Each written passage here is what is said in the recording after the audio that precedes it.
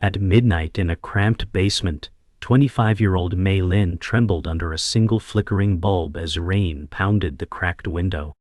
Her slender fingers hovered above a patchwork of salvaged silk, each stitch a defiance of despair.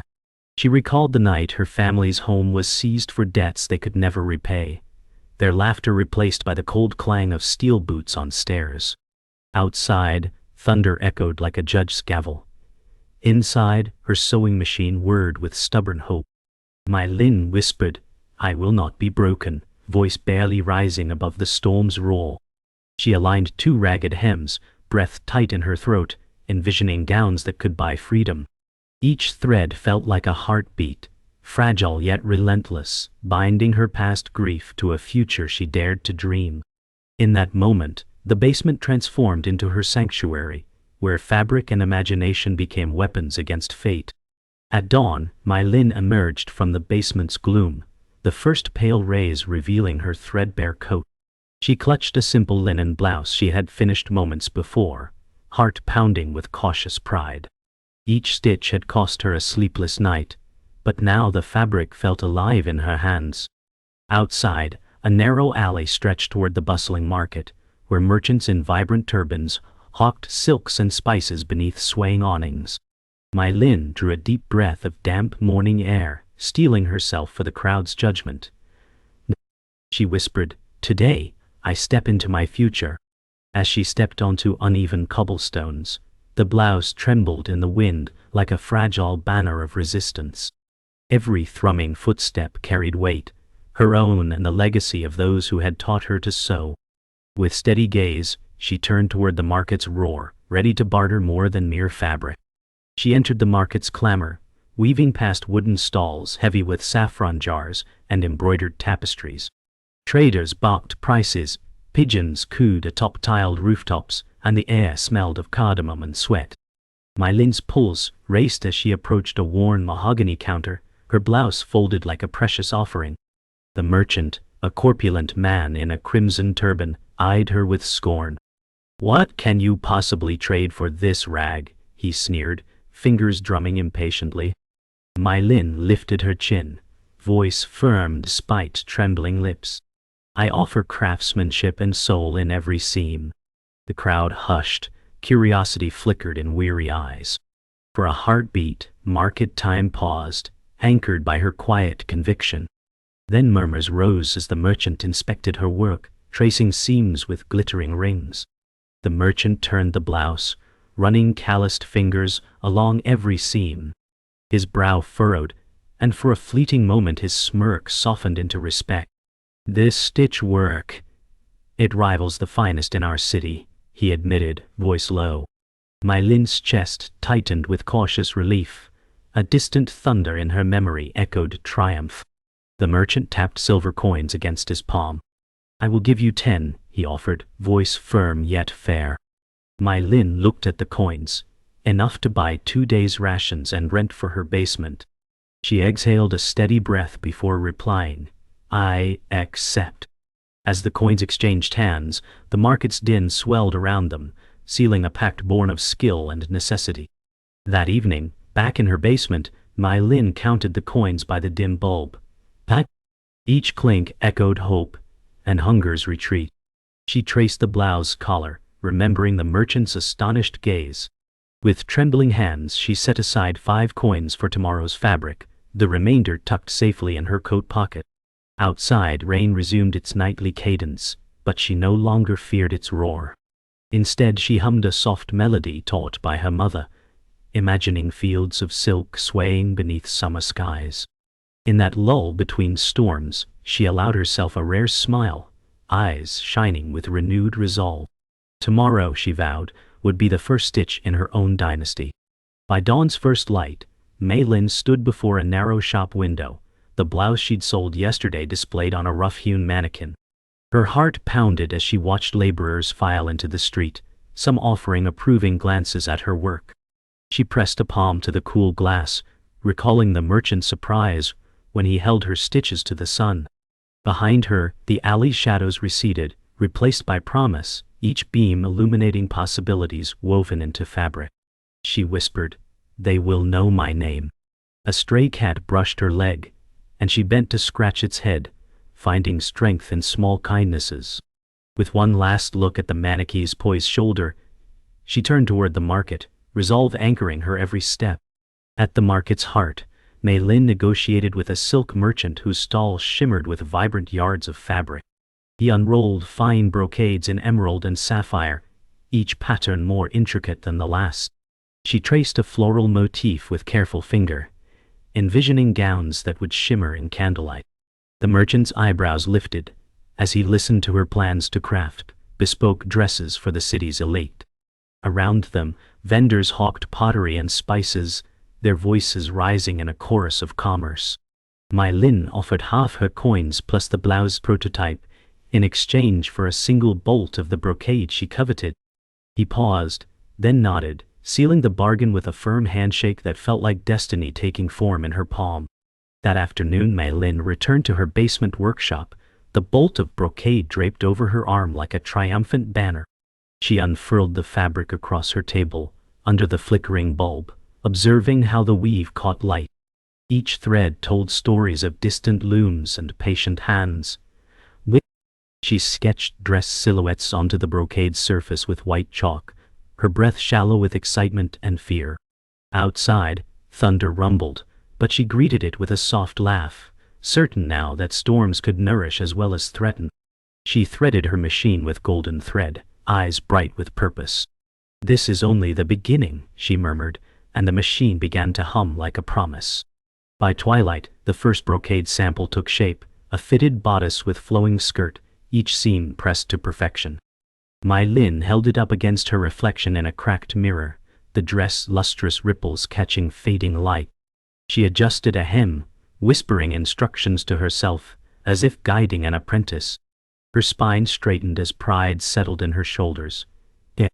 Memories of frost-stiff mornings and empty stomachs faded beneath this garment's weight. She draped a velvet ribbon around the waist, testing its fall with a gentle tug. The dress swayed, alive with potential. In that quiet moment, Mei Lin felt the stirrings of a revolution, one stitch at a time. Night cloaked the alley as Mei Lin carried the brocade dress to a wealthy patron's estate, its corridors lit by amber lanterns. Servants in crisp livery led her to a grand salon, where a matron in silken robes awaited with assessing gaze. Torches flickered along marble walls as the matron examined the dress, her jeweled fingers tracing every fold. Mei Lin stood still, hands clasped, heart pounding like a ceremonial drum. Finally, the matron smiled thinly and nodded. "Wear this tomorrow to the gala," she instructed. Relief and exhilaration flooded Mei Lin's chest, but she bowed low, whispering, "Thank you." As she slipped back into the night, the dress swayed in her arms like a herald of change. That evening, Mei Lin ascended the marble steps of the Grand Crescent Hall, the custom emerald brocade gown whispering with each careful footstep. Crystal chandeliers spilled golden light across her silhouette, casting long shadows on gilded columns. At the top, nobles in silk finery paused mid-conversation as she entered, their murmurs weaving curiosity and admiration. Mei Lin's heart fluttered like a bird, trapped between hope and fear, yet her chin remained lifted, spine straight. Across the room, Cedric Armand, the city's celebrated court tailor, observed from a raised dais, ornate scissors glinting in his hand. His cold smile spread slowly as he leaned toward his apprentice, voice soft but sharp. "She dared to claim our stage." Mei Lin inhaled steadily, the gown's weight grounding her. In that charged hush, she realized that every stitch had led her to this moment, her debut before an audience eager to judge her worth. Under flickering torch sconces, Mei Lin navigated through clustered nobles whose jeweled robes swayed like living tapestries. Servants offered flutes of champagne, and distant laughter echoed beneath vaulted ceilings. She paused before a mirrored atrium where her reflection shimmered, every seam aligned, every fold flawless. Yet in Cedric's raised corner, applause erupted for his latest creation, a sapphire silk jacket woven with gilded thread. Whispers of impeccable and peerless brushed her ears like icy blades. Mei Lin's fingers tightened around her fan, knuckles whitening. I crafted more than fabric, she reminded herself, voice silent but steadfast. As Cedric descended the dais, audience eyes followed him with reverence. Mai Lin swallowed doubt, determined that her own moment would soon eclipse his triumph. Midnight approached as the gala reached its crescendo, and Mai Lin slipped momentarily into a quiet corner behind velvet drapes to catch her breath. Her reflection in a brass wall sconce flickered, and she traced a loose thread at the skirt's hem. Just then, a soft rustle echoed behind. Cedric's apprentice, Torin, pale and slender, advanced with measured steps. Though she could tighten her gilded belt, he grasped her skirt's panel and snipped the thread with silver shears. The fabric sagged, revealing a tear that trailed like a jagged scar through the brocade's intricate pattern. Gasps rippled from the ballroom, and Mai Lin froze, breath lodged in her chest. Torin's lips curved into a silent sneer as he vanished into the crowd, leaving her masterpiece wounded before noble eyes. In the sudden hush, Mai Lin's cheeks burned with shock and humiliation, as noble eyes turned to witness her plight. A chandelier's light fractured across the frayed brocade, highlighting the jagged tear that exposed pale lining beneath. She stumbled forward, clutching the dress to her waist, voice stuttering as she forced words.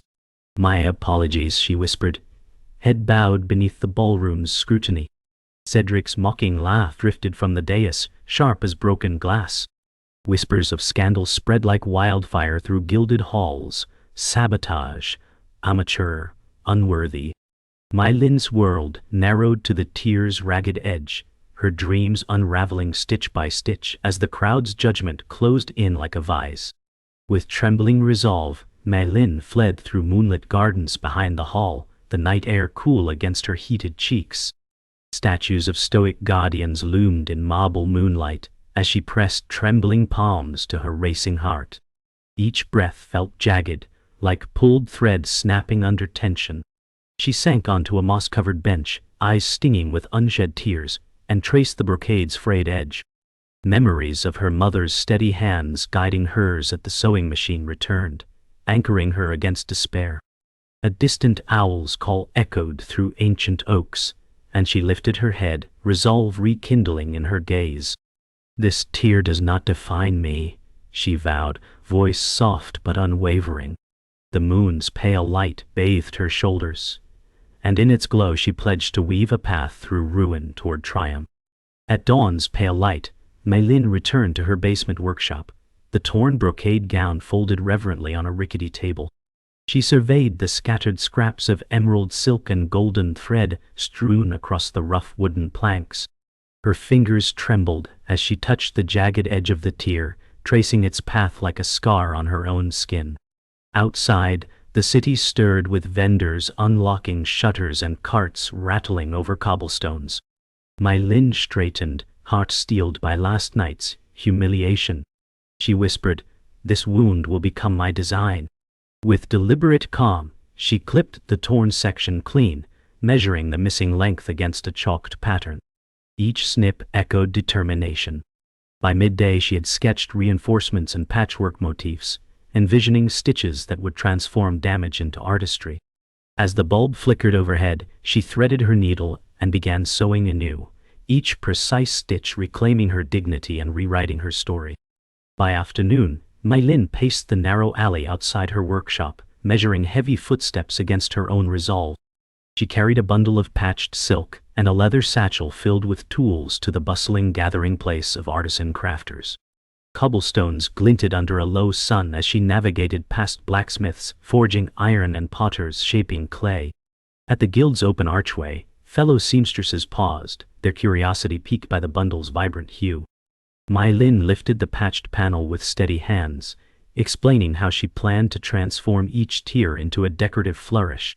The elder tailor, a stout woman in graying hair and faded apron, adjusted her spectacles and nodded thoughtfully.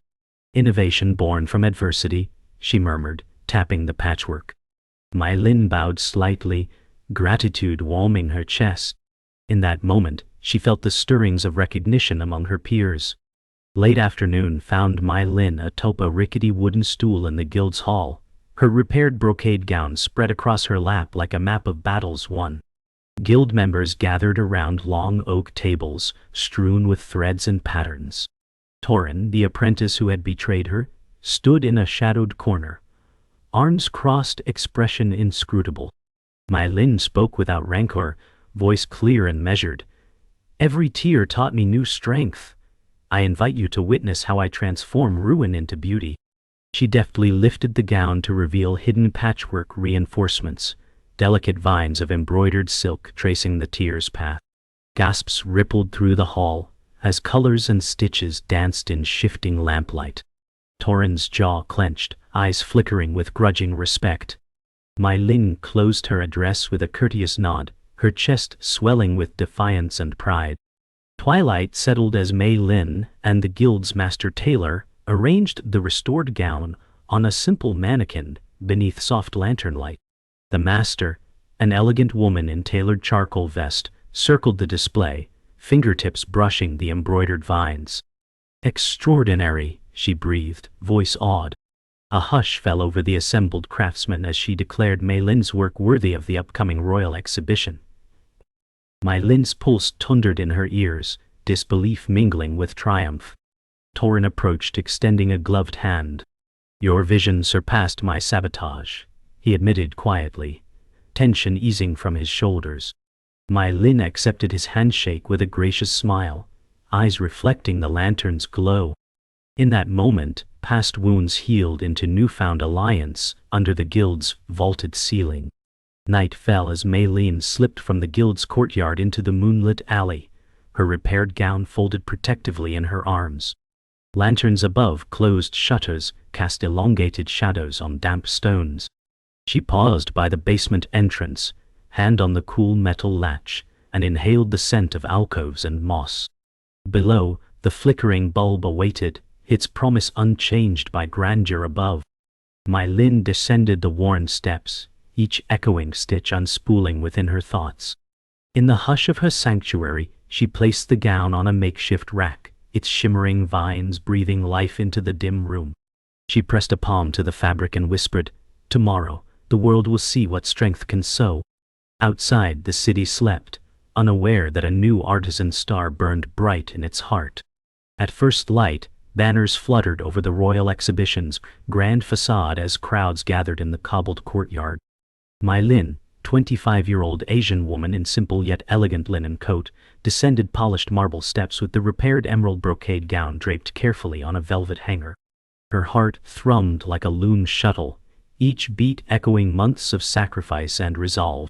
Within the hall's vaulted arches, dozens of ornate stalls displayed court tailors' finest creations beneath crystal chandeliers. Mei Lin paused before her booth, a modest wooden dais adorned only by her gown and a single lantern. Fellow artisans in silken robes passed with curious glances, and murmurs of new blood rippled through assembled nobles. She inhaled slowly, lifting her chin as morning rays spilled gold through stained glass windows. In that charged hush before the opening bell, Mei Lin whispered, "This is where I stake my claim." As the bell chimed, Mei Lin stood behind her booth, palms folded over the gown's sumptuous folds. The first nobles approached, an elderly countess in sapphire velvet and a tall duke in ivory brocade, each studying her work with keen interest. Nearby, established court tailors exchanged curt nods and whispered behind embroidered fans, "A bold newcomer, will she endure scrutiny?" Mei Lin watched their lips curve in polite appraisal, her stomach tightening like a tightly knotted seam. She forced a steady breath, recalling her basement's flickering bulb and the guild's encouraging nods. When the countess reached out to feel the fabric's weight, Mei Lin's chest swelled, voice steady as she explained her repaired motifs embody resilience. A hush fell as the countess offered a gentle smile and a silent gesture of approval. In that moment, Mei Lin sensed her reputation unfurling like fresh silk across the court. By afternoon's height, Mei Lin greeted waves of visitors, princesses in jade and gold, ministers in tailored doublets, even foreign envoys draped in exotic textiles. Each examined the gown's embroidered reinforcements, their fingertips tracing vine patterns that glinted like morning dew. A hush fell when Princess Seraphine, poised in ivory chiffon, approached with courteous grace. She lifted a corner of the skirt, turning it to catch the lantern light, and revealing hidden sapphire stitchwork. "Remarkable," the princess declared, voice soft yet resonant, drawing a circle of admiration. Mai Lin bowed deeply, pulse steady as she answered, "Your Highness, every stitch is born of perseverance." The princess' eyes shone with approval as she offered her lace-trimmed hand in genuine applause. Around them, the hall seemed to exhale in collective awe, sealing Mai Lin's ascent among the court's elite.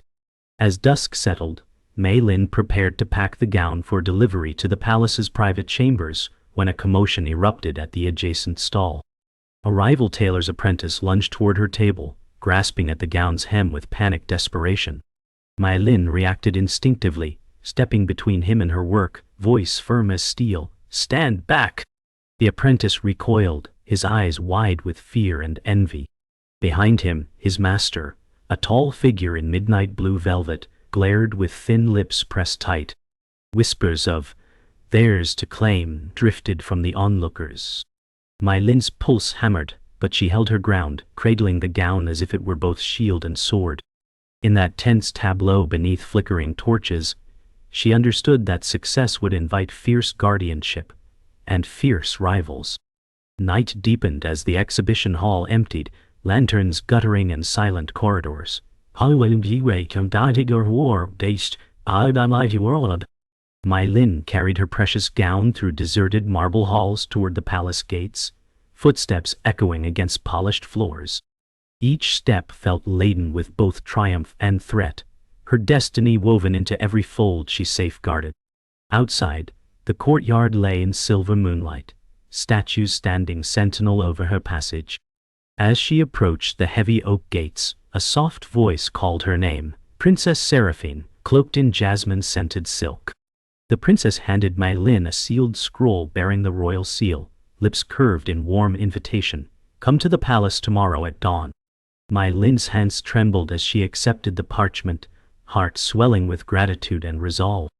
Under the silent gaze of moonlit stone guardians, she whispered to herself, "Tomorrow, I claim my throne." At dawn's first pale glow, Mai Lin ascended the palace's marble hall, her repaired emerald brocade gown folded in a silk-lined chest. Servants in crisp livery guided her through vaulted corridors, hung with ancestral tapestries, each stitch reminding her of past trials and renewed purpose. In the grand audience chamber, Princess Seraphine awaited beneath soaring arches and a gilded skylight that cast shafted light onto polished marble. The princess' eyes, alight with curiosity, studied Mai Lin's steady posture and the chest at her side. With measured breath, Mai Lin knelt and unveiled her creation, a dozen small brooches crafted from leftover silk scraps, each shaped like a flowering vine. The princess' lips curved in surprise and delight as she lifted a brooch, tracing its delicate petals. Around them, courtiers leaned forward, whispers rippling through gold-embellished seats. Mai Lin rose, voice clear, "Your Highness, I present beauty forged from adversity." A hush fell, the chamber suspended on a single, shimmering moment.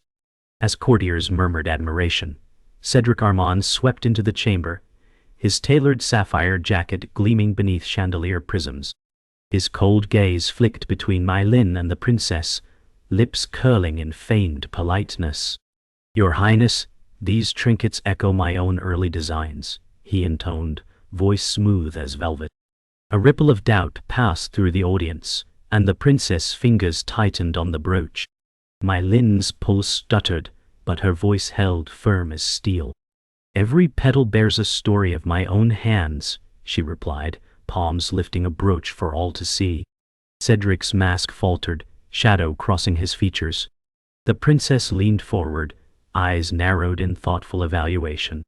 In that charged moment, Mai Lin felt the weight of every stitch and every doubt that had led her here, resolve blazing brighter than any jewel. Candles flickered as Princess Seraphine stood, raising a single hand to still the chamber's breathless hush. "Cedric," she said, voice like hammered silver, "your apprentice Taurin confessed the sabotage." Cedric's face blanched beneath his meticulously styled hair as gasps echoed from gilded balcony to marble floor. Mylin's eyes met Torin's pale gaze in the back row, his shoulders slumped with shame. The princess advanced, offering Mylin a brooch. You turned ruin into art. Your vision outshines deceit. With a graceful nod, Princess Seraphine pinned the brooch to Mylin's coat over her heart, and applause thundered through the hall. Cedric's composure shattered, his shoulders slumping as courtiers shifted their reverence to Mylin, whose quiet dignity had claimed the throne of craftsmanship. In the hush that followed, the princess raised both hands, calling for silence. From this day forward, Mylin shall be royal court designer, she proclaimed, voice echoing beneath vaulted ceilings. Crystal chandeliers trembled with the weight of destiny as Mylin's cheeks warmed in a flush of triumph and gratitude. She knelt once more, offering the princess the chest of brooches as symbol of her loyalty. Princess Seraphine accepted it, her smile regal and genuine. Cedric, face pale and drawn, bowed stiffly before slipping from the chamber like a ghost expelled. Mylin rose, every heartbeat a resounding drum of victory. Surrounding courtiers knelt in respect, acknowledging the new artisan queen whose strength was woven into every stitch.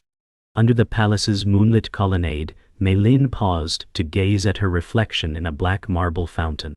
The emerald brocade brooch gleamed at her breast, a silent testament to nights of fear turned into artistry. Behind her, torches lined the courtyard in a soft procession of light and shadow. She pressed her palm to the fountain's cool stone, recalling each stitch that had led her from basement to throne. A breeze stirred her hair, carrying distant laughter and the promise of new beginnings. Mylin whispered a vow to herself. I will honor every thread of this journey. As moonlight danced on water's surface, she turned toward the palace gates, her kingdom of cloth and courage awaiting the dawn of her reign. Morning light bathed the city's textile district as red silk banners unfurled above Mylin's newly opened atelier. No longer a basement workshop, but a glass-fronted space with arched doors and ironwork inscribed with her name. She stood at the threshold, 25 years old, dressed in a flowing ivory dress, with embroidered green vines down the sleeves. Inside, mannequins wore gowns of twilight blue, plum, and starlight silver. Seamstresses bustled across polished floors, laughter and fabric dancing in the air. Across the street, former rivals watched in hushed awe.